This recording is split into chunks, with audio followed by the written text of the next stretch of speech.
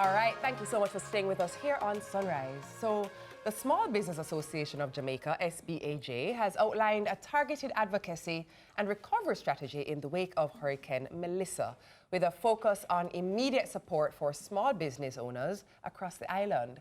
The association is working to ensure that government relief measures translate into practical, on-the-ground assistance, including help with completing paperwork, access to lower interest financing, and equitable participation in rebuilding initiatives. Here with the details, our second VP of Small Business Association of Jamaica, Denise Williams, and the President, Garnet Reed. Good morning to you both. Welcome. Very good morning. Good morning. Good to have you both. Good morning. First thing first, can you share what SBAJ's initiative, immediate priorities are for supporting the members of the, suffered losses during Hurricane Melissa? Well, a number of small business operators have been destroyed during this recent Hurricane Melissa. And therefore, we are taking up data now, right, to find out who get damaged, what are the damage, and how we can help. Now, I just want to say something, though. SBAJ is the largest small business organization in Jamaica, represents some 16,000 island-wide. The micro, small, and medium-sized enterprise. And we are a little disappointed with the government that we are not involved in the recovery process. And therefore, we are appealing to the government and other private sector to involve SBAJ in the recovery process at this time. At this time, we are doing data collection, and to find out what are some of the damages and what are some of the needs our small business operator need. Now, the Prime Minister yesterday mentioned that he will be working to help this small business operator to recover. I understand that he's going to give some generator, and he's talking about the shop owners. But I need to go further to talk about small business who have pharmacy, small farmers, the hairdresser, the tailor, and so on and so forth. So all these people need help as well for we to grow back the economy. The Small Business Association of Jamaica represent, as I said, a wide cross-section of small business operator. We give employment to the Jamaican people 90%. We give the government trillions of dollars in taxes, and therefore we need to rebuild commerce, and so that the country can recover from the devastation of Hurricane Melissa that destroyed. This was a catastrophe. It was a catastrophe. Oh, 100%. You mentioned and so I also like to take this opportunity to also thank all the international organization, the entertainer. Yesterday I saw some entertainer giving building supply, spice, good move. But what we need coordination. There's a thing called coordination, and I think the government picked that up. I know that he make some changes at the OPM. Good move, but more need to be done. Your question. You mentioned that you're currently in the stage of data collection, but you also mentioned that you wish that there was a deeper involvement and inclusion of the SBAJ. What do you believe your additional contribution would be other than data collection? How would you want to participate in a deeper way? Good question. We are now in the process of collecting supplies, building supplies, food packages, medications, and all of that. And so I'm taking this opportunity to appeal to the international community, the local business people, the private sector, that's mean big business, no, and to help us and bring in your supply to at the 2 Trafalgar Road. We're at 2 Trafalgar Road, and you can bring your supply there, your billing supply, etc. And you can call me at 919-2410, 319-0770. And we are a registered organization. We have an organization for over 50 years, formed by the late R. Danny Williams. We are the engine of growth for the Jamaican economy. Denise. Okay. Right. So.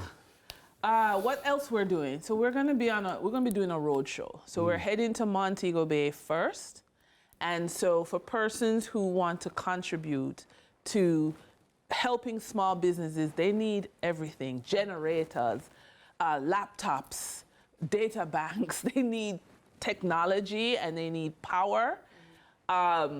Many, many things. So again, you can call the office, but we're heading to Montego Bay first, and then we'll be doing 3 other stops because, as everyone knows, the damage is wide. So we want to encourage persons to reach out. We're also posting our survey for small businesses on our social media pages, so that will help with the data collection. The other thing we want to talk about is the way forward, the recovery. We believe it will happen in 3 stages. So right now, we're at the humanitarian stage. So we're trying to make life less miserable. That's stage 1. But for businesses, when we look at the data we already have, there are 425,000 small businesses in Jamaica, but 418,000 solopreneurs. So those are the people working from home, or they have a little shared office space and such. And so that initial data we had before Melissa is really telling us that after humanitarian, we need to look at distribution. How do we get small businesses back to revenue? You know, how do we distribute their services and their goods to Jamaica, to the world? How do we get them back to that phase where cash is coming in, because you can't build a business on donations. You need cash. We believe that a clear policy that brings in the small business in the recovery effort is one of the fastest ways to get them to second phase, which is distribution. And then the third and final phase, a little bit more long-term, is digitization. We have to get Jamaican small businesses in the cloud, because we live in a hurricane zone. Yeah. This could happen next year. Yes. So rebuke it. but the reality is, digitization. Now we know that Jamaica Business Development Corporation has been ongoing with their training for digitization of Jamaica, but I think it needs to step up. But let me ask you an interesting question, because you're mentioning having a survey for people to fill out. You're mentioning collecting data. How are you doing that for the people who don't have any connectivity? Because there's no connectivity. That's the road show. That's where the road show. That's where we're going down. What are the features of the road show? We're gonna have we're gonna have the buses, and we're gonna get security. Yes. And supplies, and we're gonna go down. Music, of course. Yes, we may have music. Yes. Then he said, add that to the plan. I just want to say something though. Recently, the government of Jamaica allocated some $2 billion through the DBJ to help the SME, and I'm recommending that they put $500,000 to give $500 million to help the SME sector who have been damaged. I also like to commend the government. We recently have a press conference where we make a recommendation that NHT to help the homeowners to rebuild. I see the government is giving some $500,000 to help homeowners to rebuild.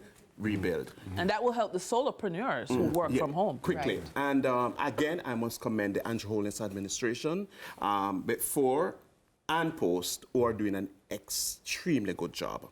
There are some glitches, but they're trying to fix it where that is concerned. Let me just go now to JPS. The Jamaica Public Service, before Melissa said that they was going to increase the electricity bills. They said it was possible. Well, they underscored that. We spoke with them, and they actually said to us, there's a possibility. We're not saying it's definitely going to happen. Well, I'm appealing to them not to increase electricity bills at this time. To help the Jamaican people, to help the MSC. I think we're all backing you on that appeal. Backing it, and that's a good way to end. To bring in the light of that suggestion.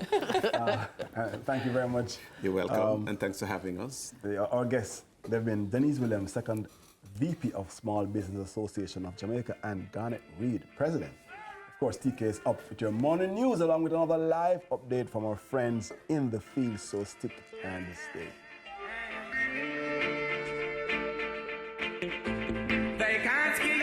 the man